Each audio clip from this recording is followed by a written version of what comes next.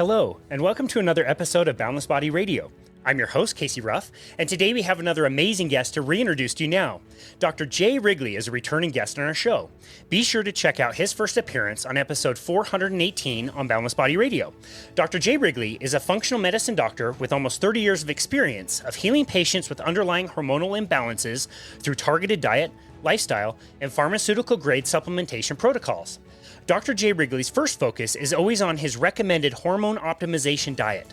He believes strongly in pairing his diet with high-quality, all-natural supplementation to combat nutritional deficiencies created by the practices of our current agricultural system and to correct any hormonal imbalances caused by poor nutrition, illness, and stress.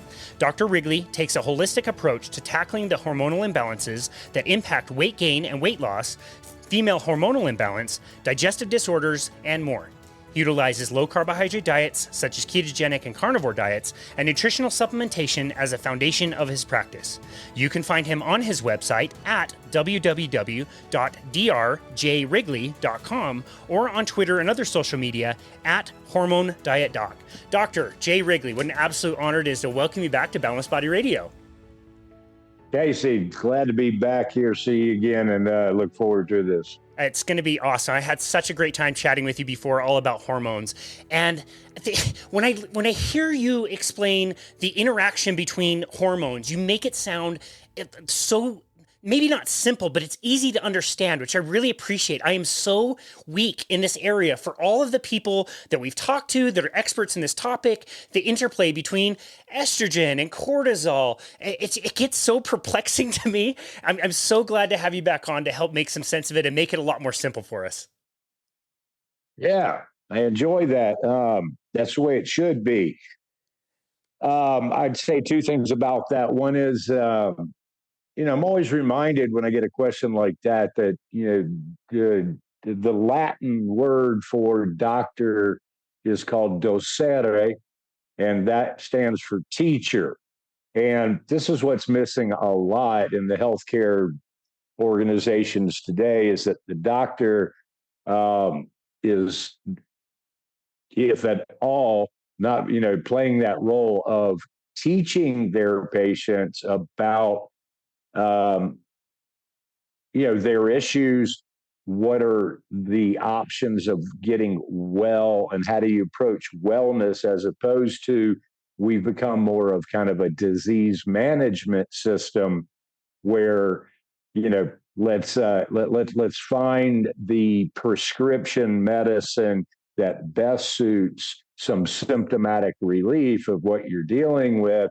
And if that works, then let's just keep you on that for the rest of your life. And in no way in my mind is that, addressing the root cause of the problem, nor will it ever. And then you can add on to that, what's the long-term effect of being on some of these medicines and combinations of medicines for a long, long period of time? We don't even know that yet. So, going back to what you said is I pride myself in trying to take on that role of teacher, and that means explaining to people, especially the wheelhouse that I work in, which is largely, women between 40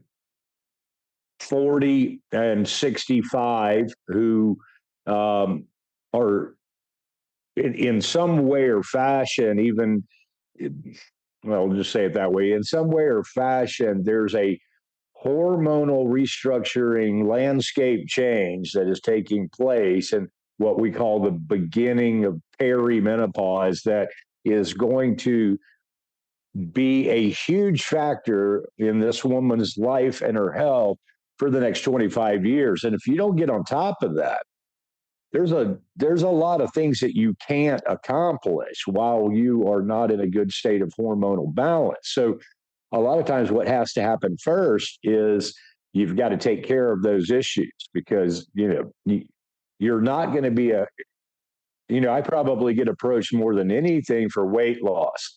And let me tell you, Casey, again, if you were just to take you're a 50-year-old woman who is either just entering menopause or just about to enter menopause.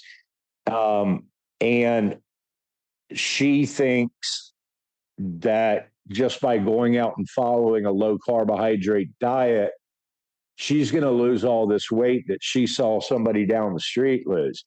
And I'm here to tell you that I hope so. That'd be great, but that's not usually the way it plays out, because there's so many hormones involved in that are changing now, and every one of these hormones has some kind of role in your metabolic function. And so, as they're declining, because the body no longer wants to support childbirth, that comes along with a lowered metabolic rate because of all these falling hormones. So you can't just go out and eat a low carb diet and lose weight like other people can, because the rules of the game have changed. They've moved the goalpost, and now it's not any harder necessarily, but you just can't use the old playbook. You got to change up how you do this to support, to get you back to be a fat burner and get more energy and sleep better and all that kind of stuff. It's such a different context. I think about the difference between somebody who was always metabolically healthy. Maybe they had been, following all the right rules from the very beginning. Maybe their parents were up on this stuff and they were feeding them the right thing through childhood and adolescence and then into adulthood, versus somebody who is arriving at that age and they didn't have that advantage like most of us. We were brought up on low-fat diets and ate tons of garbage, and we're in a totally different state where, low carb might be able to help, but we're going to need additional things like supplements, like we mentioned in the introduction. There's other things that we're going to need. And that's why, again, we're just so grateful for people like you who are able to point those things out and know how to steer people in the right direction, how to individualize things to make it really personable for different circumstances. Right. Absolutely. Yeah. And why not? I say the why not is that one of the most frustrating things is that we for conventional medical doctors, or the long-standing allopathic community of medicine, which is really kind of has its roots in the beginning of the creation of pharmaceutical medicines back in the late 30s and 40s. Then everything shifted away from, before that, your toolbox as a doctor was diet, exercise, maybe if you had an understanding of botanical extracts and plant medicines and things like that, and lifestyle changes and all those kind of stuff. Now that's kind of moved into, we've got a script for that, so go fill this down at the pharmacy kind of thing, and that is not really helping too many people.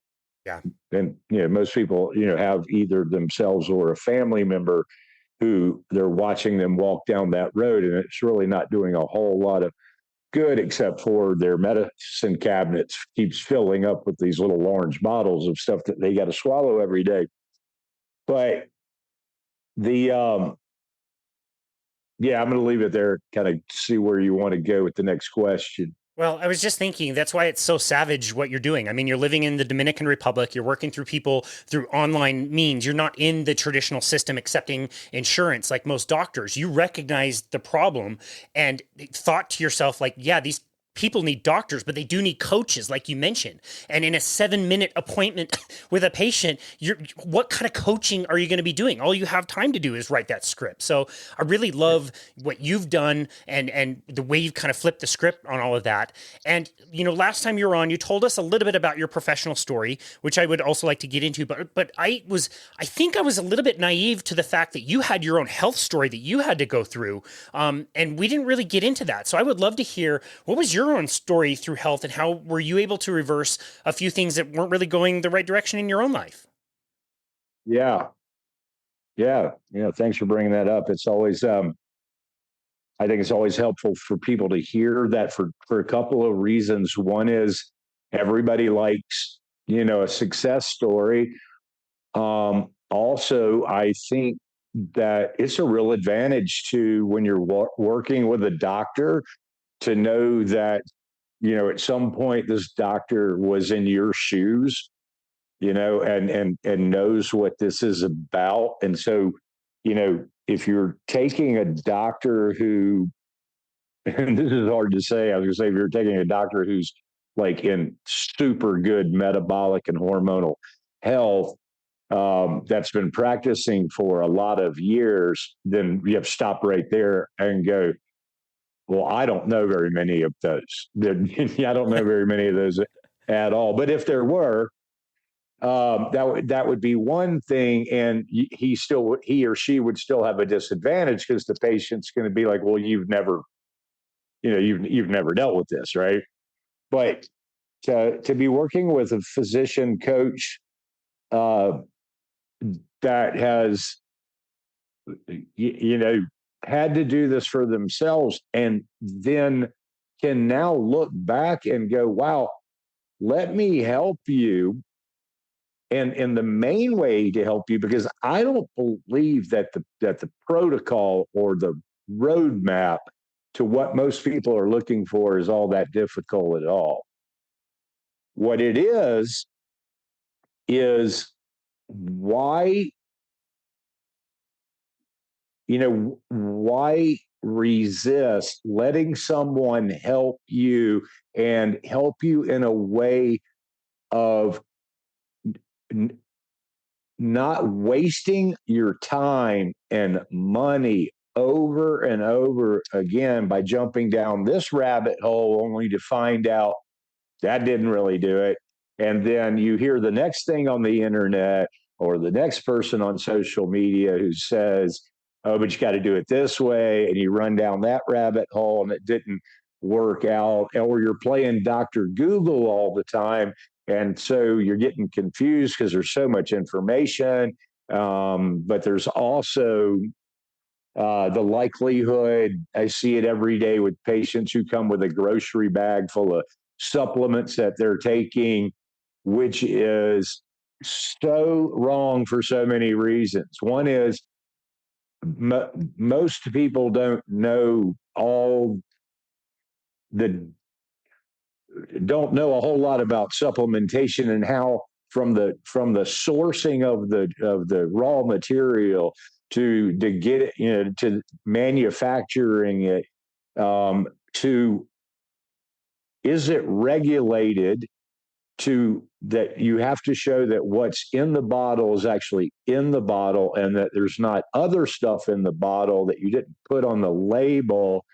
None of that. I mean, this is not a regulated industry at all. Now, the companies that physicians like myself use are they design and build products primarily for physicians to use in clinical practice, or in my case, I have an online pharmacy that I can point people in the direction to. So I have the benefit of only work with companies who are designing things for clinical practice, and they have to be third party certified. They have to be tested by a third party that doesn't have anything to do with this company, and they have to be assayed, and they have to be verified that exactly what you said is in that capsule is in that capsule. There's nothing else in that capsule that's not supposed to be there, and the exact amounts that you said were in that capsule proved to be true. So that's really important. And that's not happening a lot when people are just going, oh, I heard this was good, so I'm going to go pick up some of this. And then it gets really expensive because you're taking so many things that now you're going, well, I'd do better off if I just went shopping for my vitamins at like Walgreens or Costco or something like that.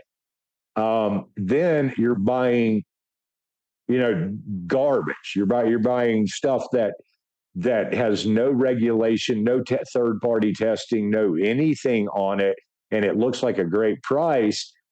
But you get what you pay for. And in this term, in this conversation, there's twofold. One is you're getting something that's not really going to do for you what you thought it was going to do for you. Number two, you're liable to be doing something harmful to yourself because you're swallowing something and you don't know anything about it or where it was made or where it was sourced from or anything like that. So, and then the third part of that is when I brought up the grocery bag full, your body doesn't work that way. Your body, I mean, if you start throwing down 30, 40, 50 capsules a day of all these things that you heard were good for you, let me tell you what's happening here. Your digestive tract and your liver and your kidneys have to deal with all that. They have to like that. I don't care if it's good for you or not. You're putting them on overtime to deal with this shotgun effect, hoping that if I take a little bit of everything I heard was good for me, something's going to stick and I'm going to feel really good for it. Does not work that way at all. Matter of fact, you're probably going to feel a lot worse because you're sitting around all day long digesting capsules and tablets of supplements, and your body does not want to be doing that at all. So I don't know where we were going with that, but I take that really personally because supplementation is something that in and of itself, that conversation could go on for a week for me. But it's really as simple as this. I get really frustrated with the crowd that I play with on social media, which is mainly in the doctors high up in the metabolic health field, and they these are really really smart people who have decided for themselves one particular low carb diet or another, maybe keto, maybe carnivore, maybe a combination of keto, carnivore, paleo, whatever. And I hear them continuously say, you don't need to take supplements. If you just eat the right diet, you don't need to take supplements. Well, I can't help it. There's two reasons for somebody to say that if you're a physician. One is you're saying that is because you don't know a damn thing about supplements, because you didn't get any of that taught to you in medical school. You had a 2-hour lecture one day in medical school that ran through the basics of nutrition, but that didn't even bring up nutritional supplementation. So that's one. So they don't want to play and talk about something that they have not educated themselves in. The other one is this, to use the argument that if you eat a really, really good diet, you don't need to supplement because you're getting everything you need. Well, that doesn't hold any water, because over the last 30, 40, 50 years, we have eroded the topsoil on the most of the entire planet to the point where all of these minerals, trace minerals, and phytonutrients have been washed away from overcropping these fields. It used to be back in the day when farmers really, I don't want to say that they don't care now, but it's just not economically feasible, I guess. But you would only plant a crop of something once every 7 years. And you would let that other period of time for the soil to regenerate and to get all the nutrition back in it before you planted this crop again. Now we crop this every year, every year, every year. And so there's hardly any nutrients left in the soil in the first place. So even if you're talking about grass-fed beef, well, this cow is eating a bunch of what may look like good green grass, but there's not a lot of nutrition coming from the soil to get into that grass.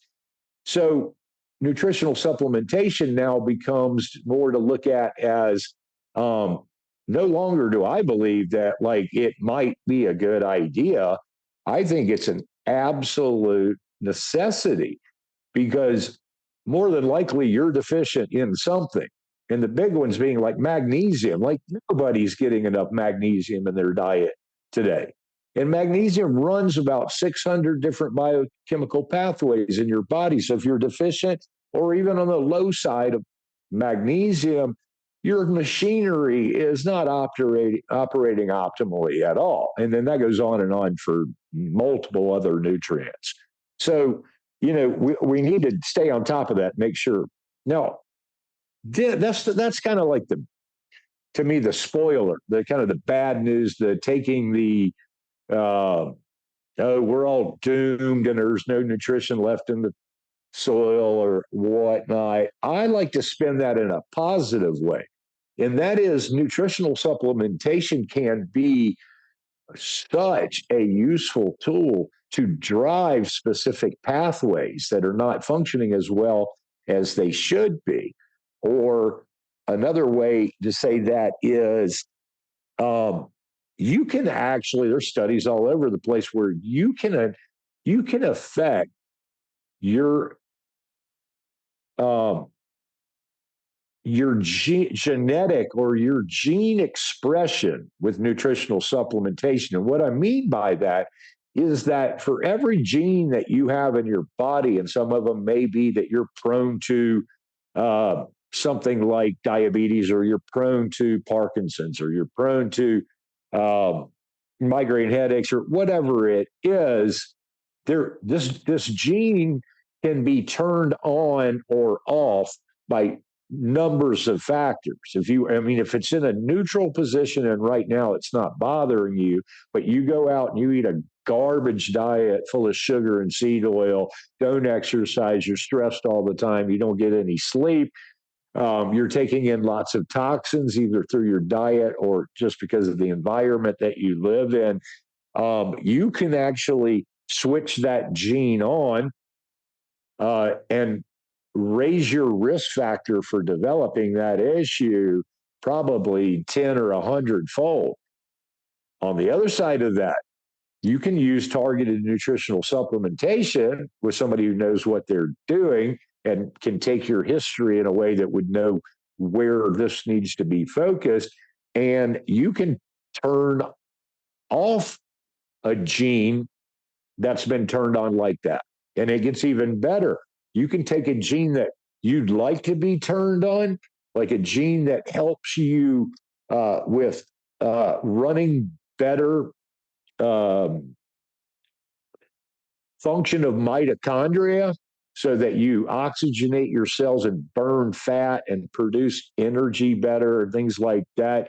You can move the needle towards turning on genes that support optimal mitochondria health or microbiome health or whatnot. So there's so many things that you can do in nutritional supplementation. And it's because of the fact that for the most part, it's completely safe. And if it's done correctly with the right type of nutrients, it's extremely effective.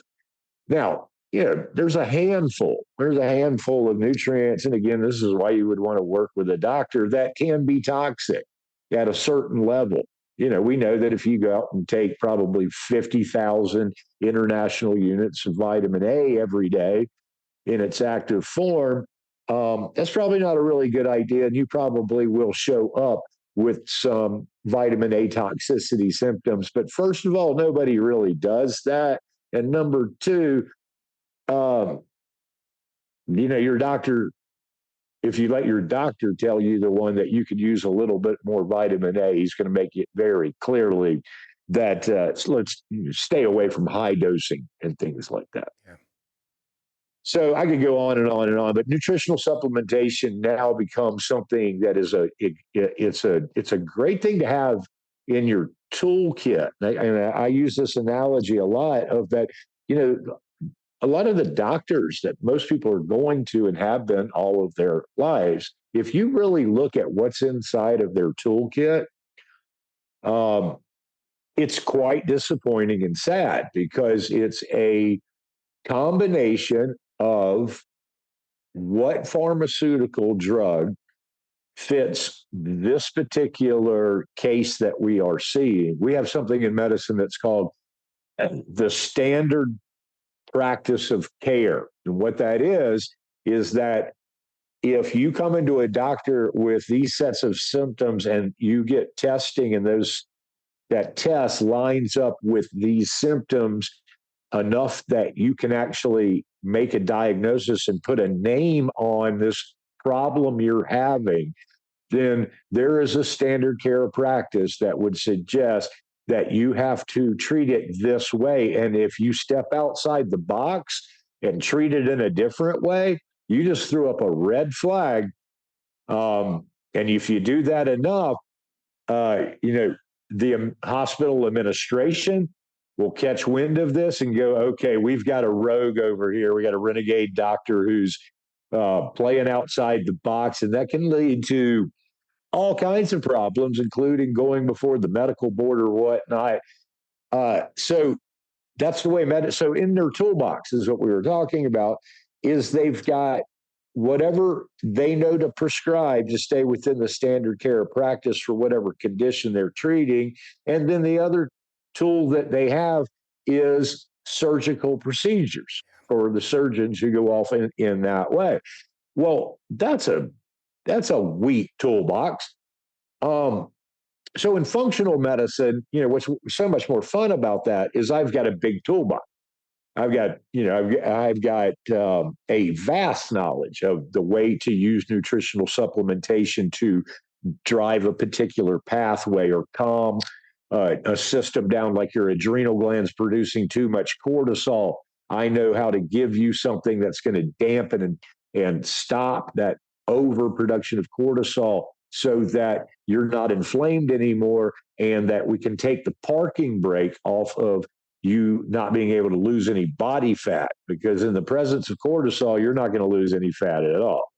Or if I need to drive a woman's progesterone level up because it's testing a little bit low, and we're not at the point where we need to use something like bioidentical progesterone therapy, something called pyridoxal 5-phosphate, which is the active form of vitamin B6, which is called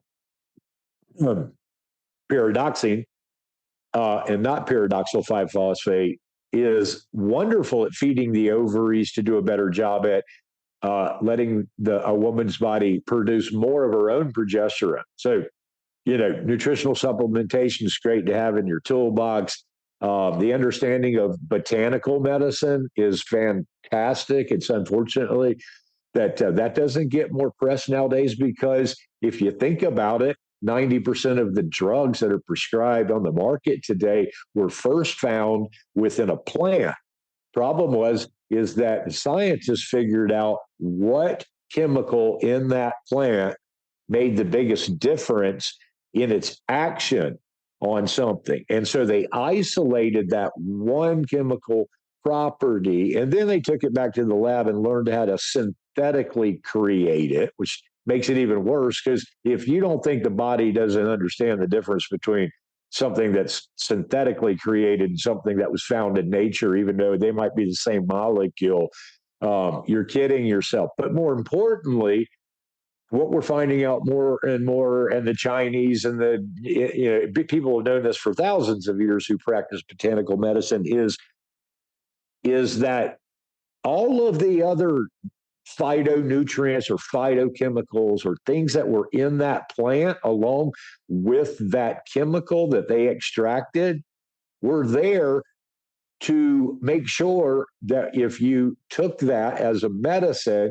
that you didn't get side effects, and that you didn't get toxicity, and that it didn't overload your liver or cause other problems. It was a check and balance system. But now when you remove that one component out of there and go give it to somebody, this is why you see drug commercials that spend 80% of the whole commercial telling you about all the side effects that you might get, and call your doctor if this happens.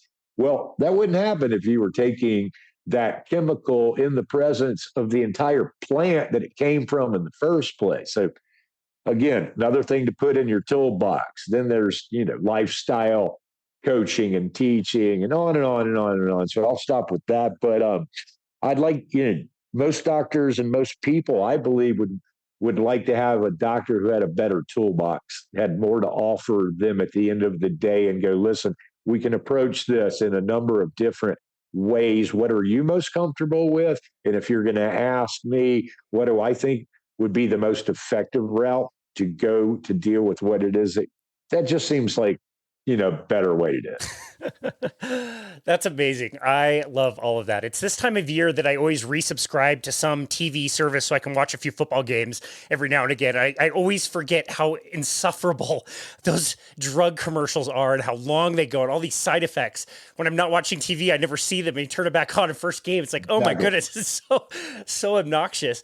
I love all of that. I think that's fantastic. And both of us are advocates of low carbohydrate diets. And I tend to think of a low carbohydrate diet as something as like 150 grams of carbohydrates or lower, somewhere in that ballpark. If you've got chronic disease, metabolic syndrome, you should probably be a little bit more on the strict side. If you're active, maybe you can be a little bit more on the liberal side. And, I'm thinking about your toolbox. And that to me, that's a pretty significant tool. That's like your sledgehammer, and there's other things to use. I don't know how you feel about that, but I'm wondering, like, when do you know that a low carbohydrate diet, pushing in that direction, basically like focusing on fats and proteins, don't eat cake and candy and drink soda all the time. When does that, like, for you, show that that's not quite enough and that you do need to use further tools, like especially with the women that you work with that are in that age frame, the 40, 50, 60 Yeah. age, like when you know that low carbohydrates good and that's fine, but there's more things that need to happen. Yeah. That's a great thing. And that's kind of, wow. How many hours? All Yeah, day. because I'm kidding, Casey, but I think, I mean, if you're okay with this, you asked me earlier to tell you a little bit about my personal, thing. And if I give you kind of the Reader's Digest version of that, it'll lead perfectly into where I want to go with the question that you just asked. Amazing. So I'll give it to you shortly. So what happened was, um, a lot of it was just the typical physician burnout. I had been practicing and running a big clinic that I set up in Charlotte, North Carolina for 20 some years and had just gotten to the point, it wasn't all bad. It was kind of a combination of two things. I was kind of burnt out on just the over and over expectation that here's how my day's going to play out. I'm going to be walking people back into my office, sitting down, talking to them about their specific issues, and then working out some type of a treatment plan. And um, I realized that a lot of the work that was really paying off had so many similarities to it. Especially around the foundations of lifestyle, and you need to clean up your diet and all this kind of stuff. But somewhere in there, I also was just kind of like, wow, this is a long time to do this. So at that moment, I'm having that thought, and then I don't remember the day, or actually, I do remember the day. And I actually put this on social media. The day was my father had passed away from, well, it started with diabetes, with type 2 diabetes, and then it got so bad that he got pancreatitis, and that ended up turning into pancreatic cancer. And if you know anything about that, that's a death sentence. Not That's great. probably the hardest cancer that to ever think that there's going to be a positive outcome. But through going through that process with my dad, which probably lasted 8 months or something like that, I remember the day that we had taken my father and had him cremated. My dad was an avid golfer. He had retired and moved to a little town in North Carolina called Pinehurst. And if anybody plays golf, they know Pinehurst Legit. because it's the golf capital of at least the East Coast. Um, so I remember being out, and he lived in a house on the second hole of the number 2 course of the Pinehurst Country Club. And so the number 2 course is the course where they play the big events, like if they're going to do something like the U.S. Open or Yeah, whatever, it's on course number that's 2. right. So my dad happened to live across the street from hole number 2 on the second course at the Pinehurst Country Club. And so me and my sister decided that we felt that my father would really appreciate it if we took his ashes and we went out onto hole number 2 and we found a sand trap, and we basically just scattered his remains in a sand trap because the remains look just like sand anyway at that point after Wow. they've been burnt and crushed. But I remember that day because my sister took photos of me opening the bag and pouring it in there. And that was my wake up call of like, what the happened to you? And I was like, I've been sitting here for the last 20 something years practicing, for the most part, holistic medicine, um, working around telling people stuff about diet. But back then, I was telling people the wrong stuff, like you need to eat a whole food diet and get lots of whole grains and lots of fruits and minimize the fat in your diet and all this kind of stuff. Well, I didn't even recognize I had blown up like a balloon. I had gained basically 100 pounds, and I was like awestruck. So all of this is going on at the same time. I'm kind of burnt out on practice. Now I'm fat. Now I'm not happy about that. I decided, look, I'm taking a break. I went to Puerto Rico with the intentions of like, I'm going to go hang out in Puerto Rico and get some sun. I had the time to do so. So I was down there for about 6 months. And I began to think through, okay, I'm not having this. This is not happening.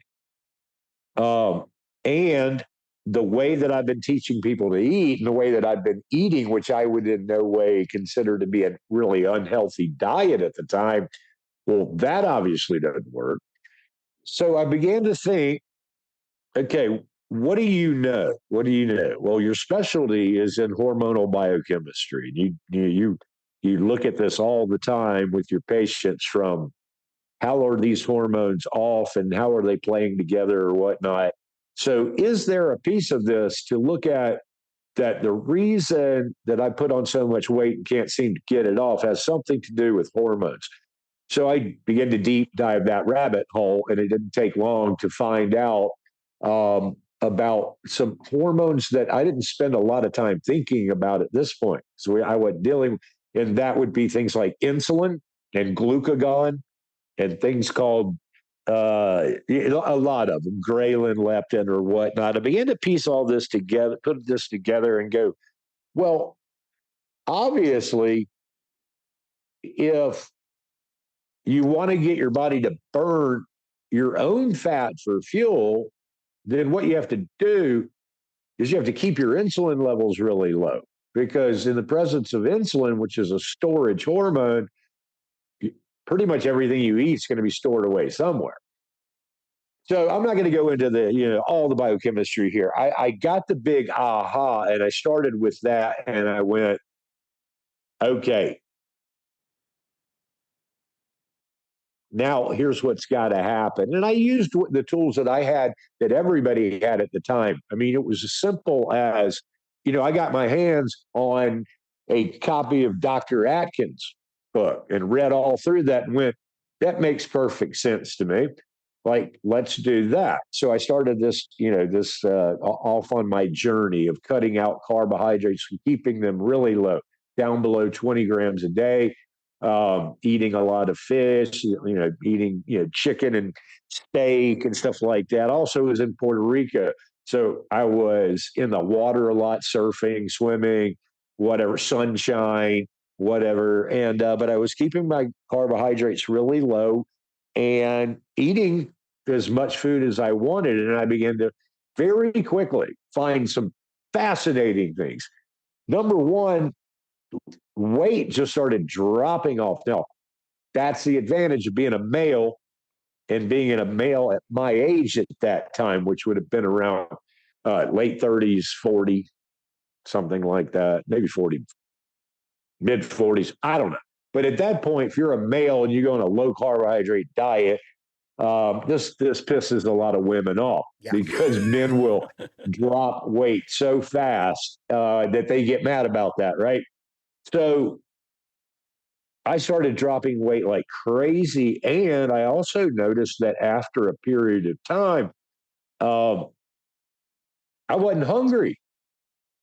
And I didn't know at this point. I hadn't reached the point where I started deep diving and understanding, you know, hydroxybutyrate in the production of ketones and how ketones, when fueling the brain and being used as energy sources in the body, have this natural satiating effect. And you begin to forget about, did I eat today or not, or whatnot. And that's another useful thing. So that was the journey that I started on. And I did this really, really quickly. I don't know that I should have, but I wasn't trying to. I wasn't trying to like race to get this done, but I know that in 5.5 months, I dropped about 85 pounds, Wow.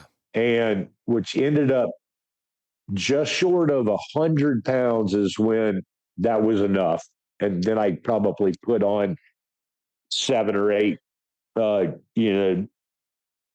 Anyway, the point of this story was as I was doing that and as I finished doing that, it fascinated me that there has got to be a lot more to this than just what I had learned there about insulin and things like that. So I began to go, really deep diving. What's the connection of what I already know about basically female hormonal chemistry? Although I know plenty about male, the male testosterone side of this or whatever. But I begin to think about how does this play into so many women that I see who can't lose weight, and are having problems with blood sugar and energy levels, and they don't sleep well. And it all began to fit together. That it's this beautiful like web or symphony of hormones that play in our body. And when they're doing what they're supposed to be doing, man, I'm not sure you can't turn everything around. But I also know this: when they're not doing what they're supposed to be doing, this is a rocky, rocky, rocky road, because you have to start realizing that, okay, you can get your insulin levels down. Here would be a typical 50-year-old woman. I got my insulin levels down, so I'm producing some ketones, but I'm not losing any fat. Okay, well, let's take a look at that. So you're going through the beginnings of menopause or late perimenopause, and here's what that means. Your progesterone levels have dropped significantly. Your estrogen levels are on their way down, but they fall much slower than progesterone. And what's important is not the number of either one of those hormones, it's the ratio between the two of them. So if estrogen and progesterone are getting further and further apart, now here's what's going on. Now, your body terms that as a stress. That's a stress. That's a hormonal landscape shift that we were not prepared for. And we have to treat that as that's a little bit of an internal stress on a lot of things. So we got to figure this out. But that little bit of stress caused by this is going to cause the adrenal glands to produce more cortisol. Okay, cortisol. Now, cortisol is what keeps us alive. If we didn't have it, we'd die. And it's a beautiful thing if you're getting chased by a tiger or something like that for flight or fright syndrome or things like that. But just a moderately elevated cortisol level for a longer period of time, what that does is it's pro-inflammatory. So it's going to start wherever you've got some inflammation in your body, it's going to provoke that. Number two, it is like grabbing the parking brake in your car and pulling it up as hard as you can when it comes to fat loss, because your body's not going to lose any fat in the presence of elevated cortisol for good reason, because your body's still wired over an evolutionary period of time to think that you're in danger. And it doesn't know when this danger is going to be over. Doesn't know whether or not you got away from the wild animal chasing you, or when that's going to end or whatnot. So it's not going to give up anything that it considers to be a reserve level of energy. Not going to happen, right? So gets more complicated. Cortisol is made out of progesterone. So these declining levels of progesterone that are already dropping very, very quickly, now the little bit that a woman does have is being shunted to the adrenal glands to make cortisol. So the progesterone levels are even further down. Wow. So now that ratio between estrogen and progesterone is crazy big. Now here's what's going to happen there. Estrogen competes on a cellular level. All your cells have these little binding sites where hormones plug in and tell that cell what to do. Estrogen competes against your active form of thyroid hormone that we call T3, or triiodothyronine. And that is what plugs into the cell, tells the mitochondria that we're here to reoxygenate you and provide you with lots of oxygen so you can burn stuff. The mitochondria need oxygen. So thyroid hormones floating around in the body, but what's happened is this out of balance estrogen with no progesterone to antagonize it is getting to these binding sites before the T3 is. So T3 is floating around, doesn't have anywhere to plug in. So what happens is you're going to have a normal looking thyroid test, especially if you just do the numbers most doctors do, like a TSH level or a free T4 level. All that's going to look normal because you're making plenty of thyroid hormone. It's just not getting to where it needs to go. Mm. So now you begin to have all these hypothyroid symptoms, but your thyroid blood test looks normal because nobody's looking at the right numbers. So a woman is gaining even more weight, getting bloated, can't sleep at night, her hair's beginning to fall out, her skin's dry, she's getting more constipated, her libido is gone. And on and on and on. And these are all, hypothyroid symptoms. And the doctor's going, nothing's wrong with your thyroid. Okay. So insulin now plays a role in that. That's a little bit too much. Let's wind it up here and go. If you just heard the picture I'm talking about, imagine the woman who doesn't understand all of this, and she's not supposed to. She didn't go to medical school, and doctors who went to medical school don't know this either because they didn't take the time. They would have had to go on and educated themselves about all of the way these hormones play. But let's take the woman who's in the middle of this experience and is just going, I don't even know what to say. Like all of a sudden, it almost like overnight, I am gaining weight tremendously. I cannot do anything to get it off. And I'm having all these other weird symptoms, like I can't sleep at night, and my hair's getting brittle, my skin's getting dry, and all these thyroid symptoms. And this is a lot. It's a lot for a woman to handle. Now, the good news is well, it is for me, because the woman who comes to me, and this is, who comes to me on a daily basis now from all over the world, the good news is they're not broken. You're not broken. You don't have a disease or whatever.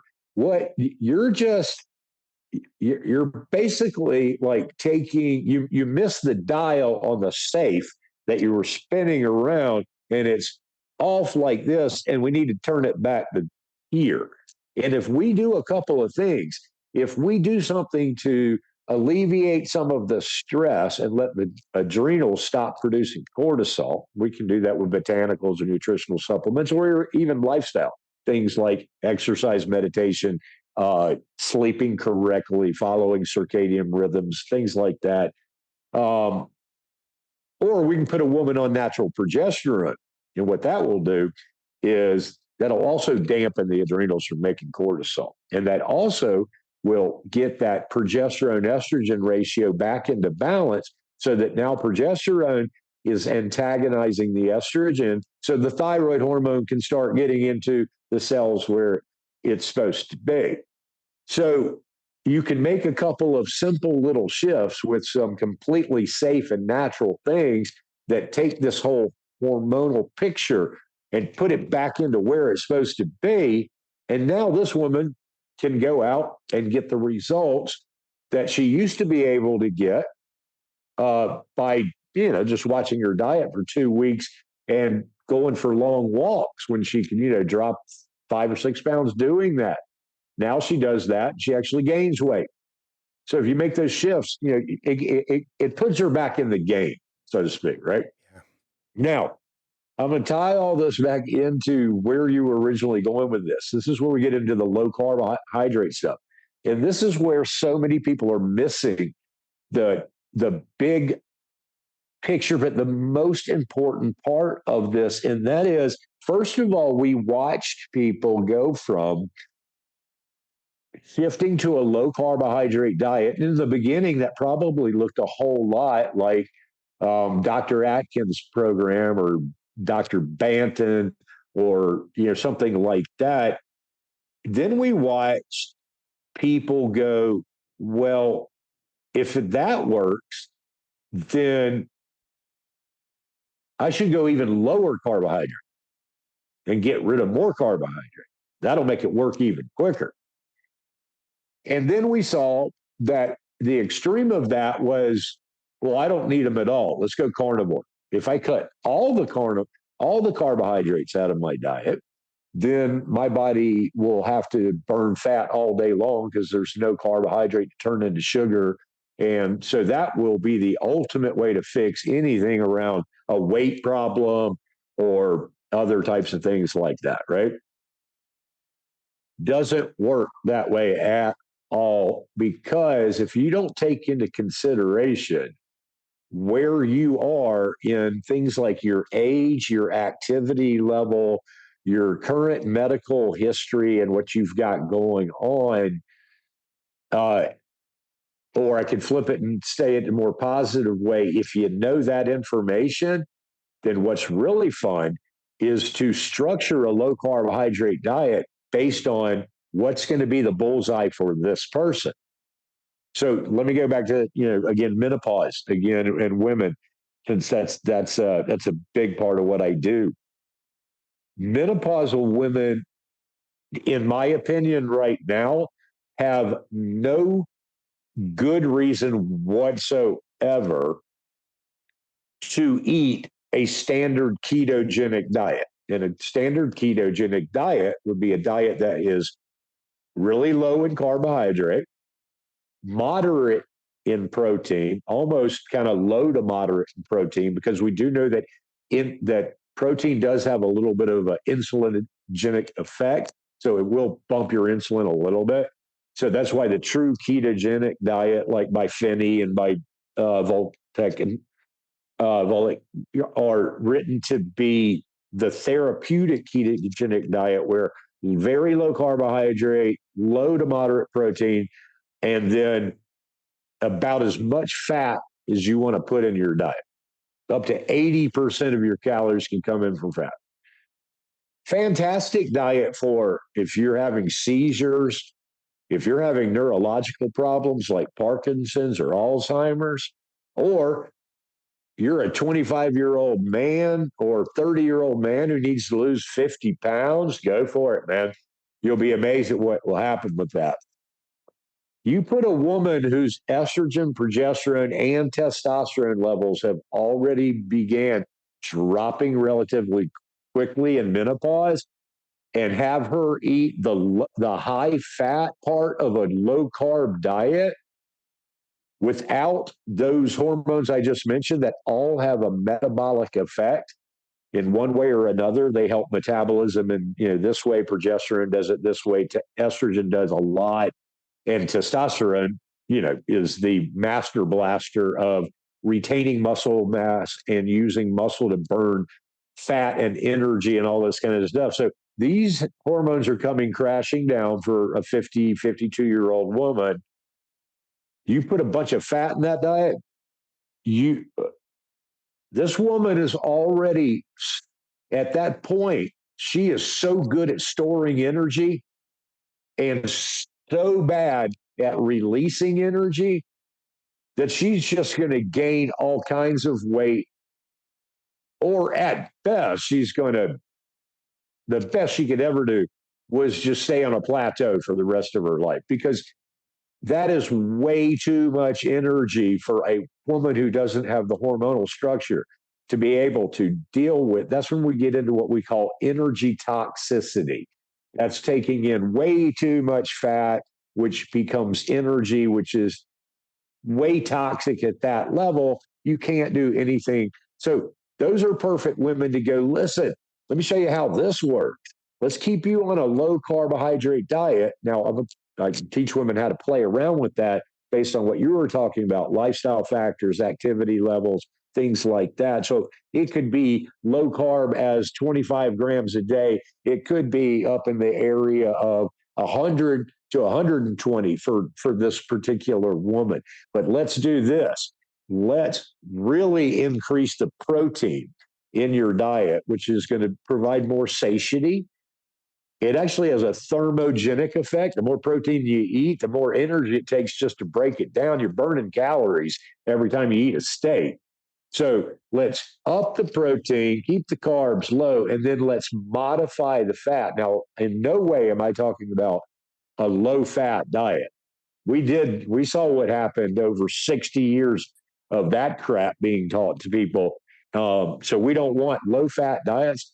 We just don't want bulletproof coffee and cooking ribeye steaks in butter and adding fat to everything. Let the fat that comes with the protein that you're eating, like the steak, or whatever kind of animal protein, let that for the most part be the primary fat that you eat. Now, if you're going to saute some vegetables or whatnot, you need a little bit of something. Then we can talk about some are better than others. A little avocado oil, a little bit of ghee, even a little bit of grass pastured butter, whatever. But you're trying to modify your fat, not eat a high fat diet. I'm getting long winded here, but I'm gonna leave it there. So what I'm really trying to get at is what's really unique and fun about the way that I see this and practice this now is that people call me or see me all the time, and one of the first things they want to know is, what should my macros be, or how low carbohydrate do I need to go, or whatever. And I tell them I have no idea because I don't know who you are. But if you let me get to know who you are and you let me know what your goals are and you let me know where you're stumped right now and what's not working for you, I can build out a low carbohydrate protocol, and it's going to be the right one for you. Yeah. And we're going to use protein as the lever, which will allow you sometimes, if you want a little bit more carbohydrate in your diet, all you got to do is like a seesaw. You can up the carbs a little bit one day. You've got to drop the fat down that day and almost eat no fat. You want to go the vice versa? You want a bunch of fat in your diet one day? Then you've got to go almost low carb. But you always need to keep the protein on the high side. If you do that, you're going to get where you want to get. Casey, I'm sorry. That's me not being able to shut up about stuff that I get passionate about. Don't think that I'm going to stop you ever. It's wonderful. I've now been able to spend 2 hours with you.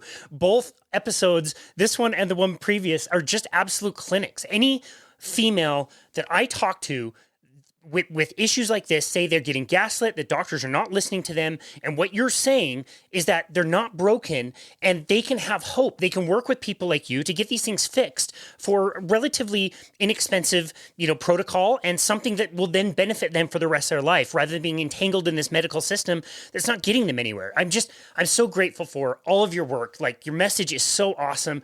Anybody could listen to this and take so much good practical information and apply it in their lives, and also know that if they're still running into issues, they can work with you. They can figure things out, and you will hold their hand and get them through. So, Dr. J. Wrigley, where would you like people to go to find you and connect with you in your work?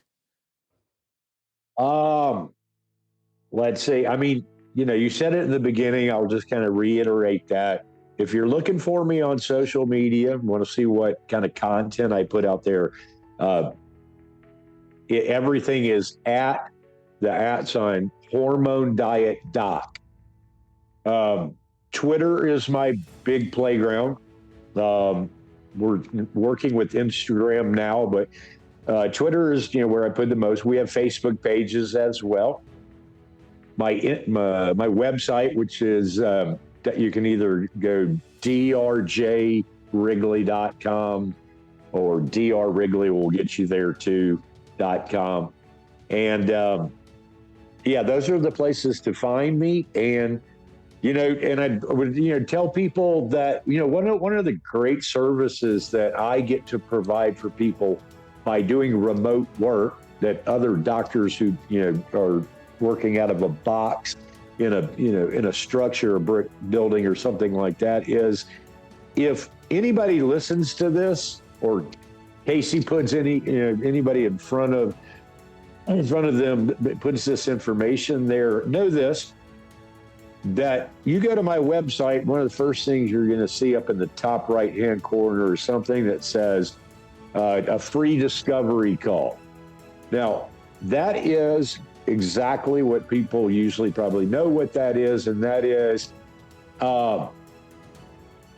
you want to see if me and you are a good fit to work together, and whether or not you believe that I have got the skill set and the toolbox to be able to do the things that we've talked about today. Just sign up for a free discovery call, and we're going to take about 10 minutes together, get to know each other, see if we're a good fit. Now, with that being said, I'm going to ask you also, if anybody hears that please respect that. I do get a lot of people who want to use a discovery call to have me tell them everything that's in my brain and give them a complete treatment protocol for something that I don't even know all about what they're dealing with. So don't do that. But if you want to meet me, you want to have a little chat, you want to see if we're a good fit to work together, go to the website and hit that discovery call button, and we'll find out whether we're a good fit. That's wonderful. I would encourage all the listeners to take you up on that offer. We always offer complimentary calls as well, and I always wish that more people would sign up for them so we could, see if we're a good fit and we could help people. That's amazing. Dr. J. Wrigley, wonderful content. So awesome, all the work that you're doing, and thank you so very much for coming on our show and making this, again, it's not easy, but more simple and more understandable. You're so good at doing that and explaining all those things. So thank you again so very much for coming on our show today. We really appreciate you. Love it, man. It's good to see you again, Case. Great to see you as well. And this has been another episode of Boundless Body Radio.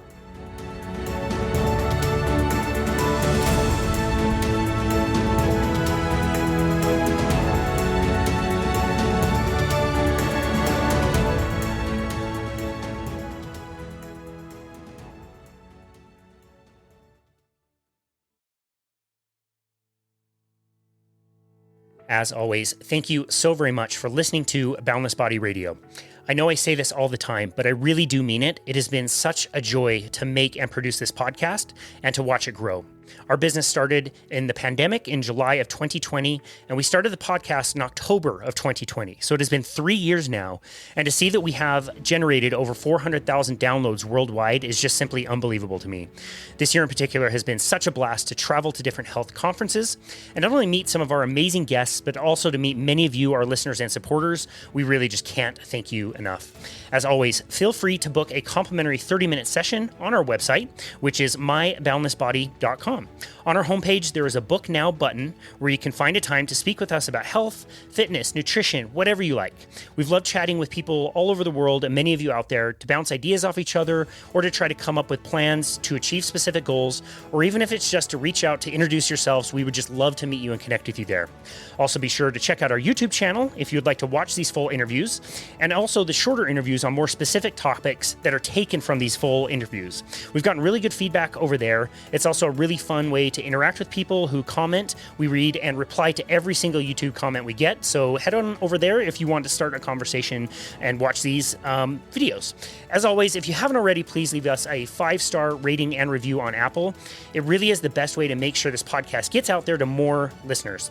We've been able to keep Boundless Body Radio ad-free for 3 years and really want to continue to do so. And so your 5-star ratings and reviews are the best way to support us at Boundless Body and support the podcast.